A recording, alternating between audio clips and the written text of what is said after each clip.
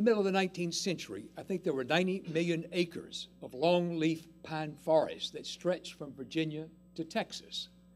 And of course, today, there's only a fraction of that left.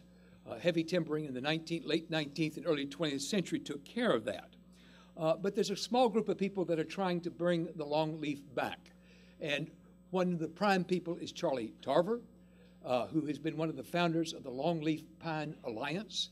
And I want to thank him for sponsoring this talk. Our moderator for today is Chris Curtis.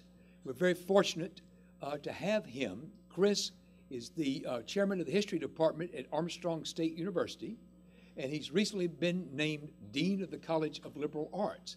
And he came only 2.5 years ago, and it's been my pleasure and privilege to know him. He is a great scholar, but he's one of these people that has a certain presence. So I think it's going to work to our benefit. Please join me in welcoming Chris Curtis.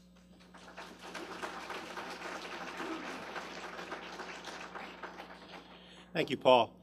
After such an august introduction, I feel like I should deliver a paper or something like that, but we'll just do with introducing the speakers on hand.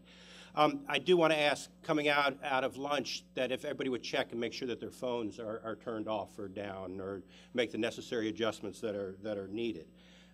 It's my pleasure this afternoon to introduce Dr. Albert Way, who is known to most everyone as Bert. Dr. Way received his PhD from the University of Georgia in 2011 and is currently on the faculty at Kennesaw State University.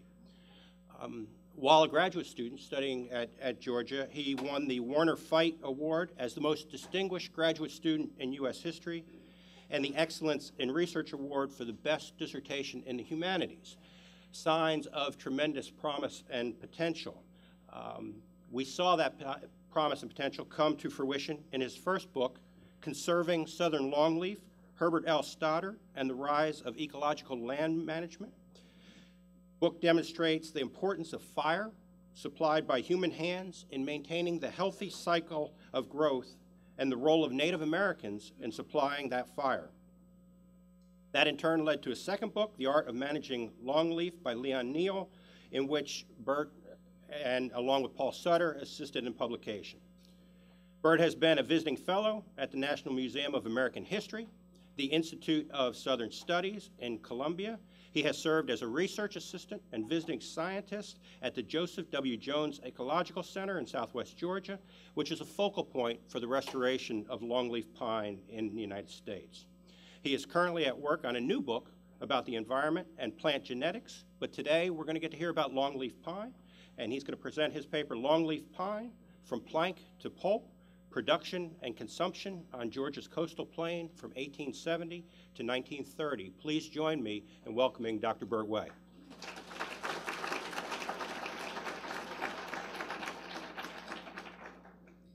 Thank you very much, Chris. Thank you to Paul Presley, the Ausubel Foundation staff. This is really an amazing conference symposium. Every conversation I've been in thus far has started inevitably with, I can't believe how many people are here. This is not the typical kind of crowd that most of us speakers are accustomed to. One correction I do want to note, that the order of books that we did, actually, the Leon Neal book was published first, and so the sequel was published before the prequel. The Herbert Stoddard book came from my dissertation a little bit later. Also want to thank the sponsors real quick, and especially the Longleaf Alliance and Charlie Tarver for this particular talk. So I've changed my title. It's a bad habit of mine. I'm sorry, Paul. But you asked me for a title before I knew what the hell I was going to talk about today. So this is a little closer, although sufficiently vague to open it up to lots of things. Okay, I want to start with a snapshot. If I can get there. Working. Okay, here we go. So, the Brooklyn side of the East River, March 19th, 1870, where the first caisson for the Brooklyn Bridge awaited launch. This fortress of wood and iron weighed 3,000 tons, covered the area of a city block, and contained 111 cubic feet of longleaf pine timber, all, quote, bound together into one solid, unyielding platform, according to Chief Engineer Washington Roebling. The caisson first served as a diving bell for those workers who excavated the river bottom until they reached bedrock. And then it became the foundation of the bridge itself, that symbol of American ingenuity, determination, and strength at the dawn of the industrial age. Most of the longleaf pine timbers were cut from Georgia's coastal plain and milled on St. Simon's Island. And before he became subdued by Caison's disease, or what we now call the bends, Roebling said that, quote, the yellow pine timber was selected especially for the purpose, and much of it was so pitchy that the sticks would not float. In other words, it was dense and it was strong, the kind of density and strength that made it most desirable to one looking to construct a pressurized underwater chamber that would double as the foundation for 300-foot-tall granite pillars. It's appropriate, I think, that the longleaf pine is the foundational material of the Brooklyn Bridge. The bridge is one of the primary symbols of America's industrial age, a utilitarian structure come monument. What its creator, John Roebling, Washington's father, predicted would, quote, forever testify to the energy, enterprise, and wealth of that community which shall secure its erection. He also called it the finest piece of engineering the world had ever seen. No species of wood would be more important than longleaf pine during this period of American growth. Much like its celebrated peers, steel and oil, longleaf pine was a foundational material of the industrial age.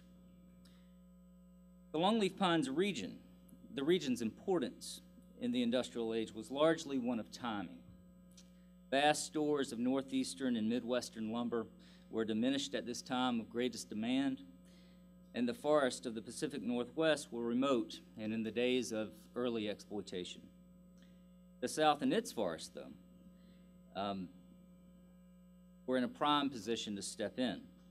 The region was open for business after years of wartime devastation, and its forests were still substantial. This unprecedented demand for timber catalyzed the movement of capital into the South's coastal plain at levels equally unprecedented, and thus the movement of forest resources out of the region. New York, Boston, Philadelphia, Baltimore, Chicago, London, Sao Paulo, Buenos Aires, the list goes on. These centers were growing up and out, and longleaf lumber was the favored framework for their industrial facade during this period. Today's markets in reclaimed longleaf tell us something about its history. According to one recent report, quote, the country's largest repository of the lumber that formed the spine of the Industrial Revolution is the 5-borough safe deposit box of New York City. And longleaf heart pine is the most common treasure found. There's in all probability, and this is high speculation, but interesting to think about, there's in all probability a higher volume of longleaf heart pine in New York City today than in its native range, on the stump or finished. But what do we make of that as historians, as environmental historians at that? Are the timbers out of place, unmoored, alienated from their home? Did they undergo this process of commodification and alienation when living things with meaning become lifeless objects of exchange and use, no longer related to the assemblage of life in the forest? Are they part of new assemblages that represent, quote, a trophy of triumph over an original obstacle of nature, as one contemporary observed of the Brooklyn Bridge? Or do they connect two worlds, one made up of plants and animals, soils, fire, farmers and herders, and another world of sawyers and graders, buyers, shippers, wholesalers, retailers, carpenters, engineers, and fanciers. I would argue the latter. The timbers are at once ecological beings, fire-dependent keystones in this web of life, and economic beings, structural pillars in a web of granite, brick, and steel that come to mean something else altogether. Longleaf pines, then, along with other extractive natural resources, do not reside only in the forest. Forest historians have this tendency to separate the history of the forest from the history of the timber industry. But as historian Joachim Radke has recently argued, quote, "The history of the forest cannot be understood if one looks only at the forest." As much as many of us may want longleaf pines to remain in the forest, they haven't done so. They've become mobile with our help. And here I want to take seriously the motivations that made them mobile in Georgia's coastal plain. So with my remaining time, I'd like to intertwine the environmental history of the forest with that of the industry, at least on a small scale. And my period of interest is the decades after the Civil War, roughly 1870 to 1900, the time of the heaviest industrial cut within Georgia's coastal plain. And my focus will be the Georgia Land and Lumber Company. This is a company many of you may know something about. I'll get there in just a moment. But it's one of many that entered into the region after the Civil War. Also, the matter of scale here is important. This is not the coast proper that I'm talking about, the coastal strip, that 10 to 30 mile strip just off the coast. But the flow of the coastal plains people, and especially the eastern half of the coastal plain, has always been oriented toward the coast itself. And so in my view, the coastal plain and the coast are really indistinguishable.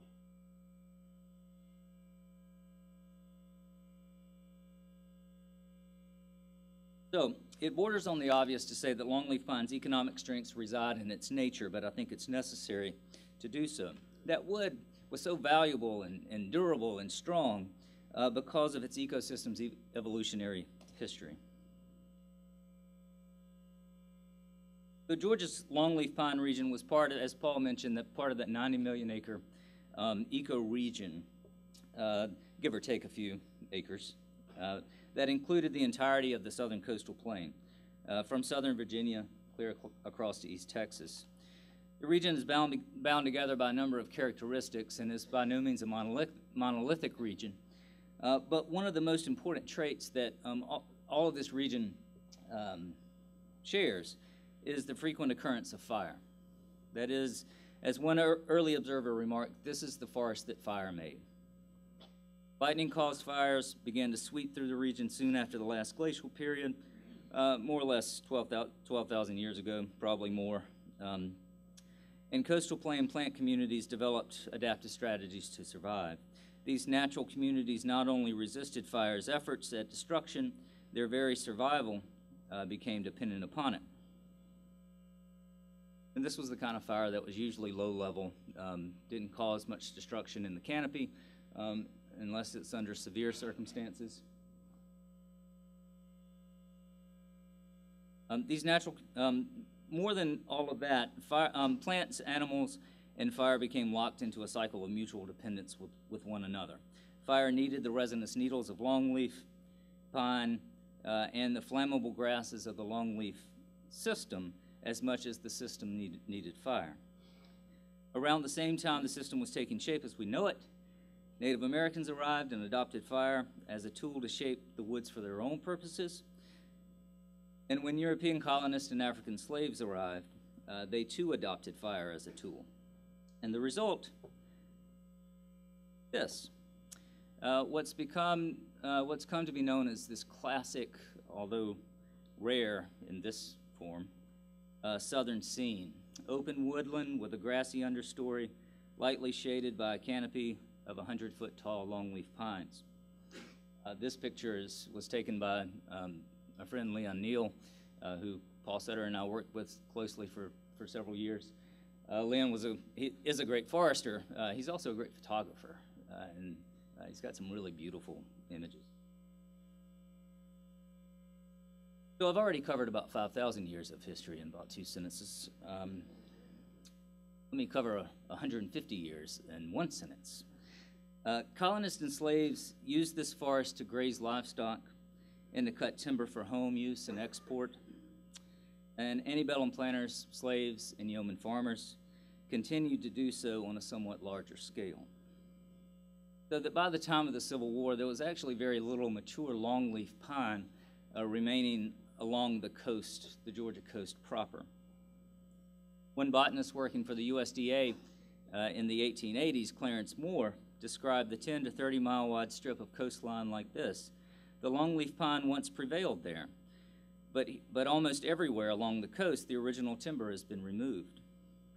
Nonetheless, longleaf cutting had rarely encroached further inland than what was easily accessible along the immediate coastal strip and the inland rivers. Moore found that the uplands contained, quote, continued to be, quote, covered exclusively with the forest of this tree for many hundreds of square miles without interruption. Here it reigned supreme. So when the Civil War came, most of Georgia's coastal plain, longleaf continued to shelter droves of livestock and many farmsteads, but actually very few timber cutters in the uplands. That changed after the Civil War. As Reconstruction ground to a halt, former Confederates and new civic leaders began to embrace the rhetoric of reconciliation through loud and lengthy appeals for capital investment and industrial growth. Many with capital to invest from both North and South saw tremendous opportunity in the region, and thus the Georgia coastal plain embarked on a new epoch in its economic and environmental history. Coastal plain docks in Savannah, Darien, and Brunswick were the centers of Georgia's lumber economy during and after Reconstruction. This is this great picture taken from the mast of a lumber ship in Darien. Really the timber capital of the world at the time. I think Buddy's going to talk some more about that following me. Turpentine and its various distillates formed a major part of this economy, while world-class sawmill complexes finished and shipped lumber for a variety of construction markets throughout the Atlantic world. The new activity along Georgia's coast caught the attention of the nation's commercial trade press.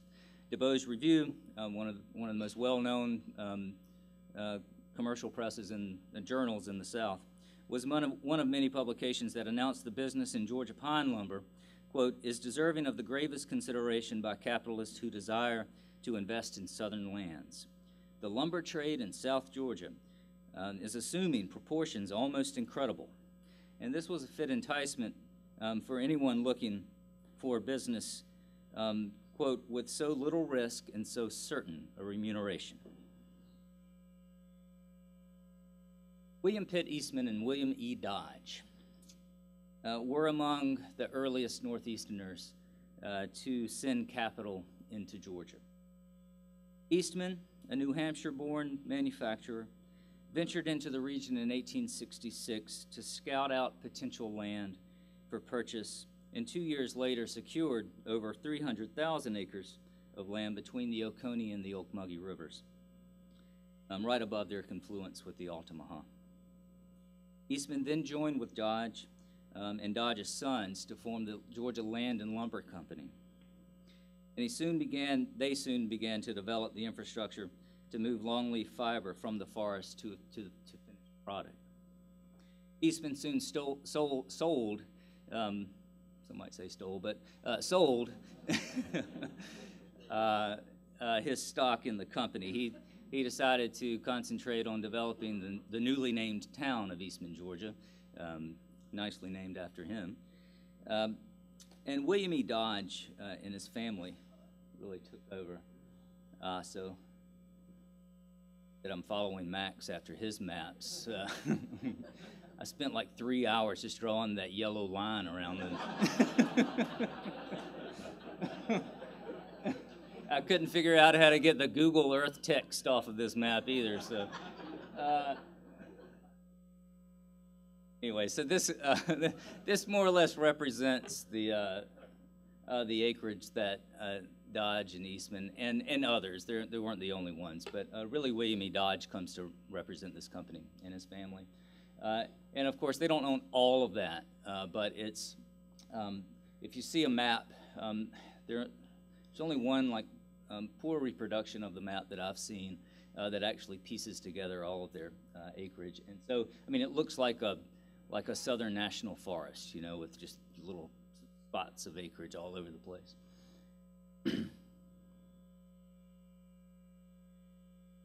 So Eastman sold his stock, and William E. Dodge took over along with his family, his sons.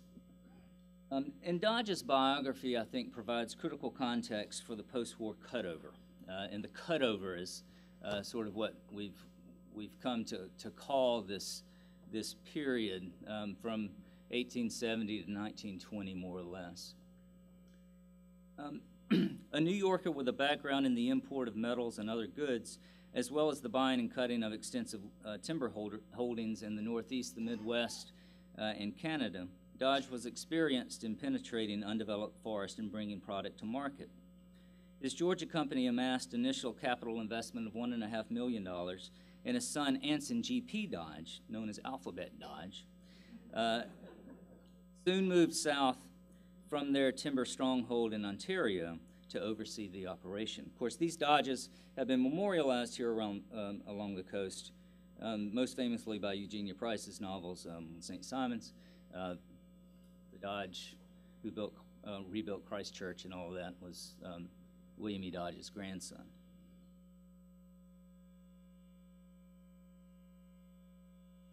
State and local leaders were thrilled with the organization of the Georgia Land and Lumber Company.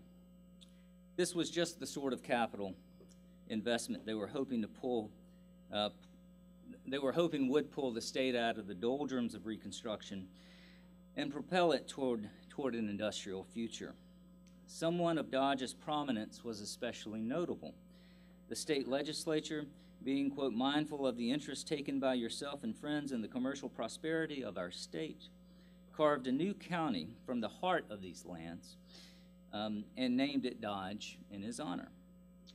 As a prominent Republican and a former member of the House of Representatives, Dodge's appearance in Georgia appealed to the then Republican Senate and governor, but he was also sympathetic to Southern Democrats. While in Congress from 1865 to 67, he had been a friend to Southern Democrats by opposing new taxes on cotton and was one of the most vocal Republican opponents of the Military Reconstruction Acts.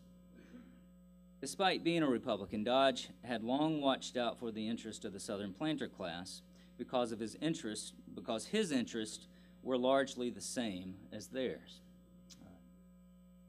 Dodge. His primary commercial interest was Phelps Dodge and Company, and this was one of the pillars of the New York merchant community, with 40 years' worth of experience importing tin plate and other metals and exporting cotton, and that's critical. Like other Atlantic scale merchants, his entire import business relied on having ready access to a commodity for export, and cotton was certainly still king in that regard. Whatever threatened the production and export of cotton not only threatened Dodge's livelihood, it also threatened the nation's livelihood. He thus supported lenient plans for Reconstruction while in Congress and was eager for the political and social stability necessary to continue his and the nation's lucrative cotton-based trade. As Reconstruction dragged on in 1875, he reiterated to the New York Times that, quote, "How can we at the North expect to prosper when a large part of the Union is suffering? As merchants, we want to see the South gain her normal position in the commerce of the country. Regaining that normal position would require the successful transition from slave to free labor, as well as reestablishing and expanding the plantation system on which the nation's commerce had thrived." Dodge's Southern timber business then, I think, was about more than reaping an immediate bonanza. it was also about stabilizing the region for national economic growth, which would mean stable growth for merchants and industrialists such as Dodge as well. With the future of American cotton uncertain, it appears at first glance, and when I was first looking through this, I thought, well, Dodge is looking to replace cotton with timber. But really that's not quite what he was after. Timber at the time was not yet a fungible commodity. That is, there was no universally accepted identification and grading standard that would allow one quantity of timber to be exchanged, freely replaced, that is, by another. And in many ways, that's a necessity for the type of commodity trading that he was involved in. Timber was instead a liquid asset. It was an excellent source of one-off cash returns, but not a reliable contract commodity.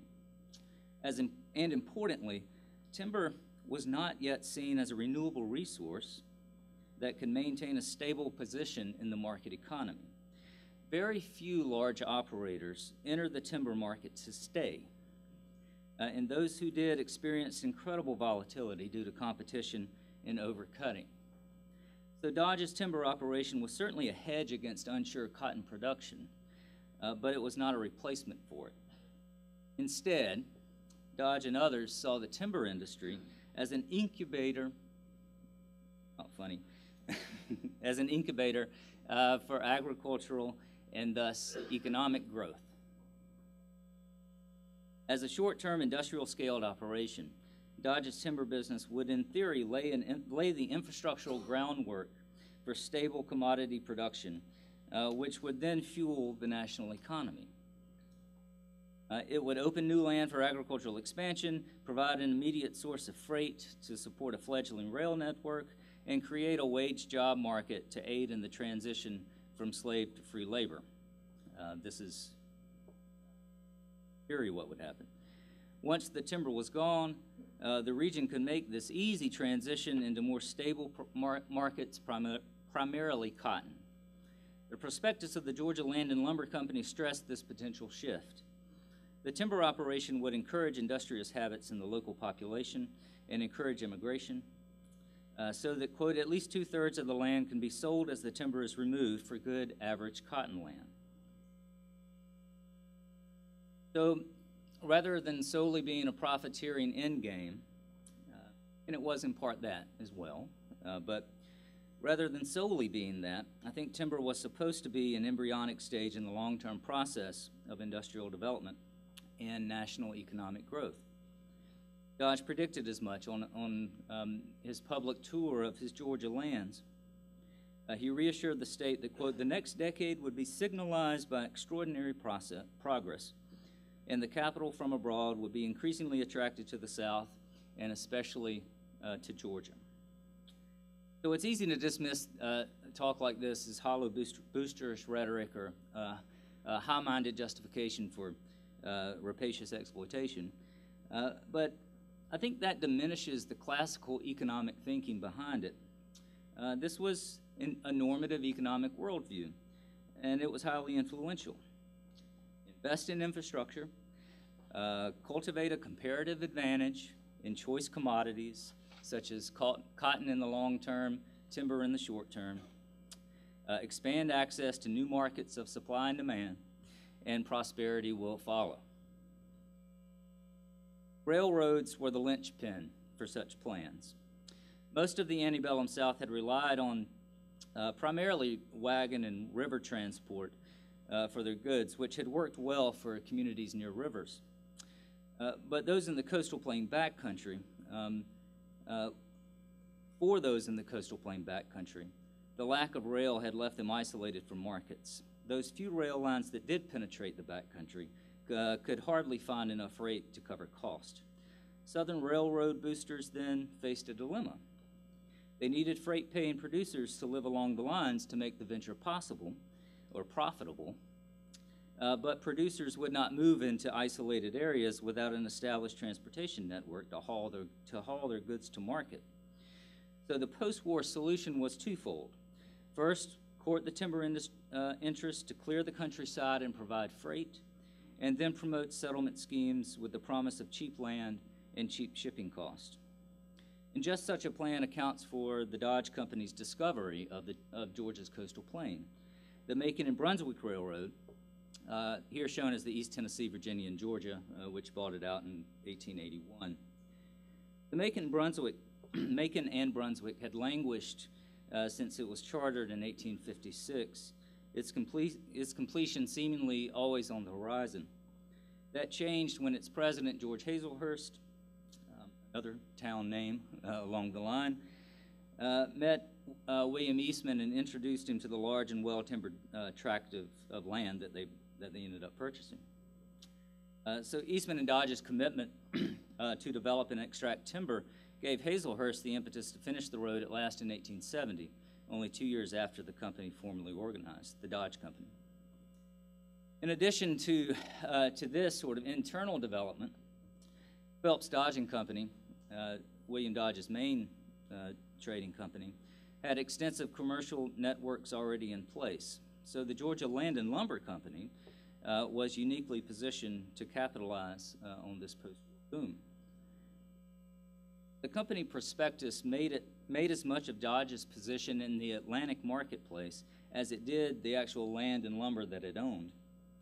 With Dodge agents and offices spread throughout the Americas and Europe, the company sought, quote, at an early day to control the shipments to England, France, the West Indies, South America, while organizations already in New York, Philadelphia, and Baltimore will give us a large share of home business. Dodge's agents in Liverpool, England, were especially important.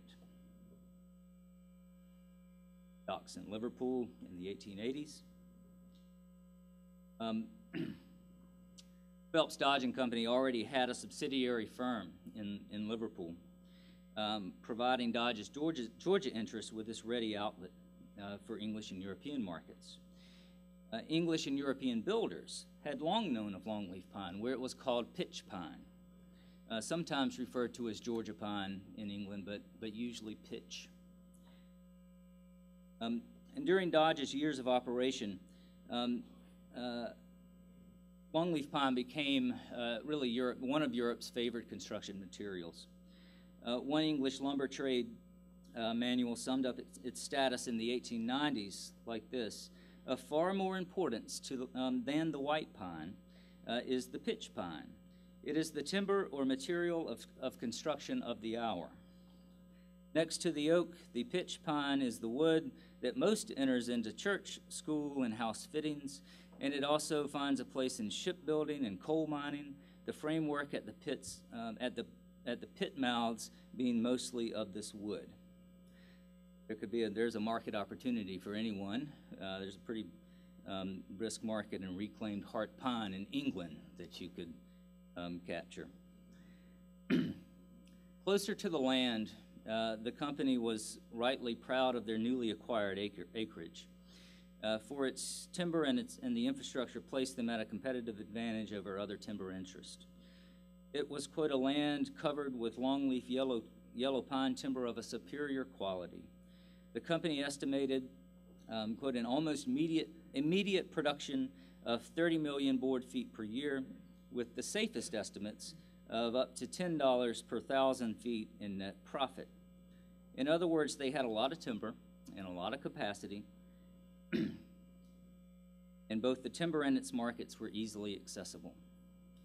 All told, quote, the present and future value of this extensive forest can hardly be exaggerated. In addition to the long-range motivations for economic expansion then, Dodge and his associates had short-term motivations as well, to make substantial immediate profit. The company found confidence in what would become one of the driving ideas of the early conservation movement and impending timber famine. The idea of disappearing wood resources has a long global history, but only arrived in the United States during the rapidly industrializing decades after the Civil War. The USDA began issuing statements of warning soon after the war in 1865, and the fears only grew. Warnings of timber famine drove the early conservation movement, culminating famously with Teddy Roosevelt and Forest Service Chief Gifford Pinchot making extraordinary claims about diminishing timber supplies at the turn of the century. But it not only drove early conservation efforts, the timber famine also, claims of the timber famine also motivated the industry. Dodge and his associates were clear about what the predictions of timber famine meant for their business prospects in Georgia, and that was assured success. In making the case that their forest was valuable, they cited most prominently the famine in timber so lately predicted in the USDA's 1865 annual report, which was a reference to this piece by a guy named Thomas Starr, American Forest, their Destruction and Preservation. After detailing the evils of past destruction and examining future demands on the nation's forest, Starr warned Americans of, quote, an impending national danger beyond the power of figures to estimate. Starr went on to present a detailed plan for forest conservation. Unsurprisingly, the prospectus of the Georgia Land and Lumber Company stopped short of quoting those recommendations.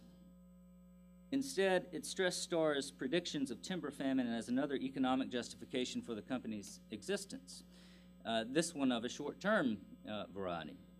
If the world was running out of timber, then those in its possession would surely be in a prime position to capitalize on the resulting demand. So here we have two seemingly contradictory explanations of the post-war cutover. One built on the long-term, you might say idealist purpose of expanding national prosperity, and one built on the short-term, you might say cynical and irresponsible motivations for immediate profits. But they aren't contradictory, at least not in the eyes of a turn-of-the-century industrialist like William E. Dodge. The short-term profiteering served the purpose of long-term prosperity. But that still leaves us with a cutover forest. And as Janice Ray told us some years ago, and might tell us again today, if you clear a forest, you'd better pray continuously. God doesn't like a clear cut. Safe to say William E. Dodge was unaware of this, for he was quite the pious man. He led the temperance movement. He was a big pusher behind it on religious grounds. Nonetheless, the cutover had real consequences unforeseen by the likes of Dodge. Consequences with long-term economic, social, and ecological legacies. I don't have time to detail those legacies here, but suffice to say, they do not align with Dodge's intentions. But my approach here has been to address the macro view of longleaf pine and to elevate it, I think, to its proper status as both ecological and economic keystone to somehow integrate our understanding of ecological and economic history. There is a central paradox in much historical writing about forest, in wood in general. We lament the forest destruction while simultaneously celebrating the raw material and its finished products. Hart pine is revered for its strength and its beauty, and the Brooklyn Bridge is a cultural, technological, and economic symbol of greatness. But the stumps remaining in Georgia's coastal plain are ruins, to use that word again. Symbolic of the destruction we have inflicted in producing those cultural gems.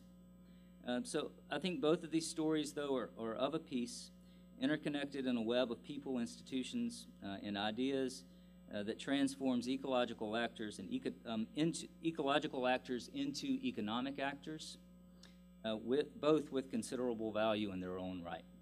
Thank you.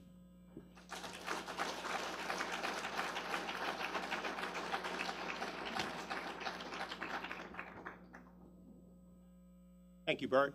We'll have about a few minutes for questions and try and get back on schedule. I'll ask again that you wait for the microphone once you're recognized, and please tell us who you are. Although we may be able to hear you up here, it's hard laterally, so just be patient with your burning questions for Bert here. How long does it take to grow a longleaf pine forest?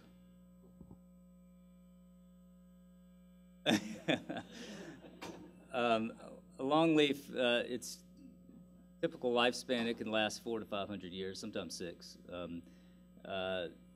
But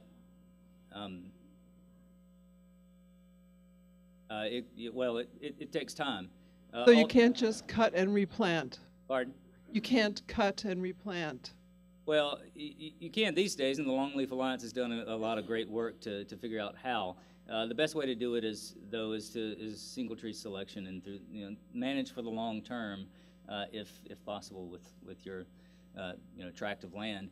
I'm not a forester, and so I'm probably not the best qualified to comment on this, although I've spent a lot of time with foresters. But yeah, I mean, it's a slower growing tree, except it does catch up to the faster growing species of pine at some point. I think around 15 to 20 years it will catch up and put on just as much volume as some of those.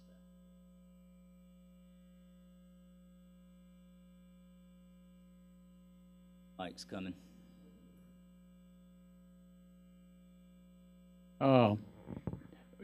Tell us about how we got sidetracked on from the loblolly, fast growing, as opposed to the longleaf. People stop in my stopped fooling with longleaf and jumped into loblolly because it was much faster growing. Now they've found out that's not right, and they're all going back to longleaf. How did they get sidetracked in the first place? Well, I think it's a complex story of forestry and industry coordinating, basically to feed the forest products industry, which in the South in the 1920s and 30s, the paper and pulp manufacturing started entering into the region to take advantage of on what was surprisingly a rapidly regenerating forest. Some in longleaf and a lot in loblolly because for a number of reasons, but in many places fire had been excluded, and so longleaf didn't have a chance to take back over, and so loblolly pine and slash pine in other places, in some places, came to take over. And we have these Forest Service surveyors coming in, and they're astounded at how much volume is in the South in the early decades of the 20th century, especially Georgia in those decades. And so they conducted a forest survey in the 1930s, and the industry caught wind of this. At the same time, some technological advancements made it possible to produce newsprint out of southern pines. And so that industry came in, and the dominant recommendation from industry and forest officials was to plant loblolly and slash pine because they're faster growing in those early years. That's I think really where that comes from.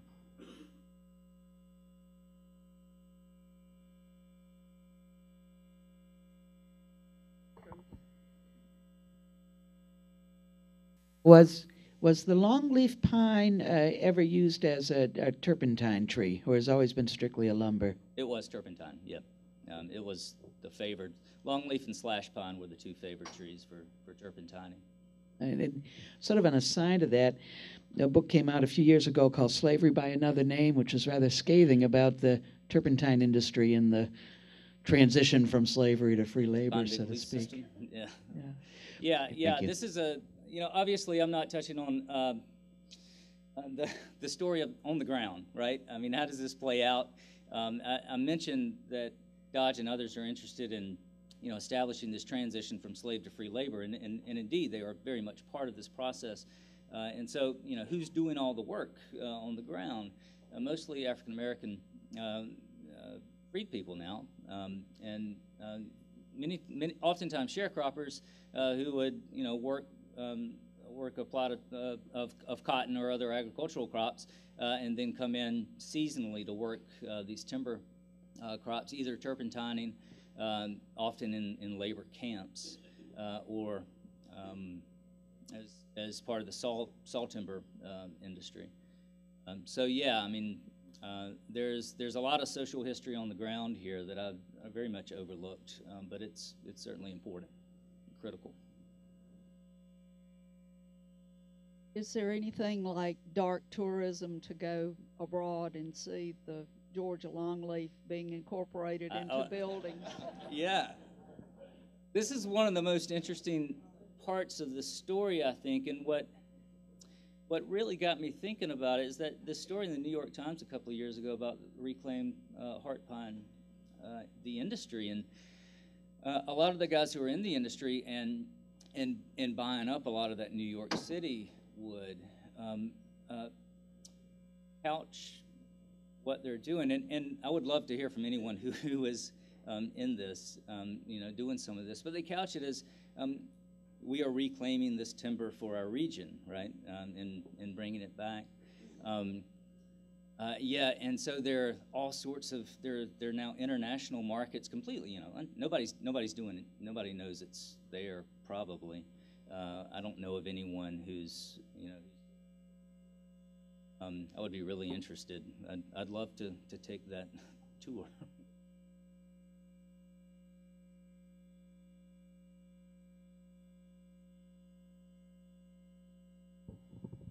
When you were talking about Dodge and Eastman, I read where they bought the land 4 to 8 cents an acre. Then they left parts of it. Counties like Laurens over in Dublin, the tax assessors, after Dodge and his folks abandoned the property for a number of years, they condemned it. Local people bought property, raised their families. Then the Dodge people came back, and there's lawsuits that went into the 20s. That people had established farms on it. Right. Yeah, this is another part of the story, a very complicated and very interesting part of this story. The Dodges were taken to court hundreds of times, and there were over a dozen murders over all this land, and it's going to be known as the Dodge Land Wars. I'm sure many of you are familiar with. Basically what happened was that all of this land had been amassed earlier from unclaimed land from the Georgia Land Lottery earlier in the 19th century.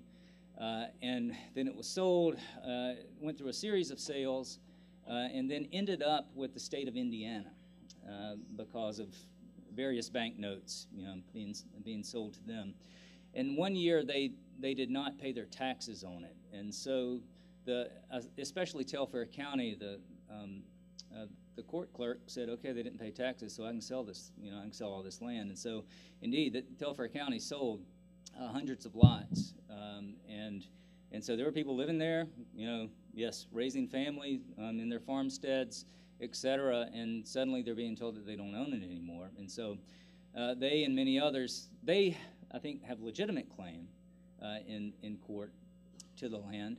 And then many others, joined in, and there was all sorts of falsified land titles, and this drug out in the courts until the 20s. It was a very long and involved process that I think is interesting about. The Dodge family it's really fascinating. They're revered in some ways on St. Simon's Island, but they are devils in this area, and still remembered as such. I grew up in Hawkinsville, which is the same. So I grew up hearing about the Dodge Land Wars and how evil the Dodges were, and because they took away all this land. So that's a really interesting social part of it as well that I plan on writing about a bit in the longer version of this paper, in the published version. But it has been well covered. A historian named Mark Wetherington has written a couple of good books on this area, and he covered some of the land wars in his first book. And then there are a number of other really good histories. Jane Walker and Chris Trowell have this great basically a collection of documents, every document they could find on the land wars. And so, you know, there's a lot of good coverage on this. Excuse me. One or two more. If loblolly is faster growing than longleaf, is its timber a reasonable substitute for the longleaf timber for construction purposes? Wait, can you restate that? Sorry. Is the wood that you get from a loblolly a reasonable substitute for longleaf for construction purposes? Not really. Okay, that's what I was afraid of. So this is a cross section of a longleaf, and I was in the longer paper. I have this very long section about sort of examining this wood on the docks in Darien and figuring out how its ecological history contributes to its economic value. And so I think we can see it here. The slow growth provides these really densely packed rings, but more importantly, the dark areas here are late wood that grow during the summer months. The light areas are early wood that grow earlier in the spring, and longleaf pine is full of late wood, which is harder and denser. Its cellular structure is denser, et cetera. And so it is the superior, especially for construction purposes. Is loblolly. And one other note that I may have mentioned briefly just a second ago, but longleaf or loblolly does grow faster in the first 15 to 20 years, but longleaf does catch up. And so when you're growing for saw timber purposes, it makes. I have a pine species mix. We got loblolly, we got longleaf, we got slash, we got pond pine. Years ago, my bride's father gave me a slab of pine. It's 12 to 14 feet long, 3 inches thick, and 6. Not a knot in this thing. Said it was sugar pine.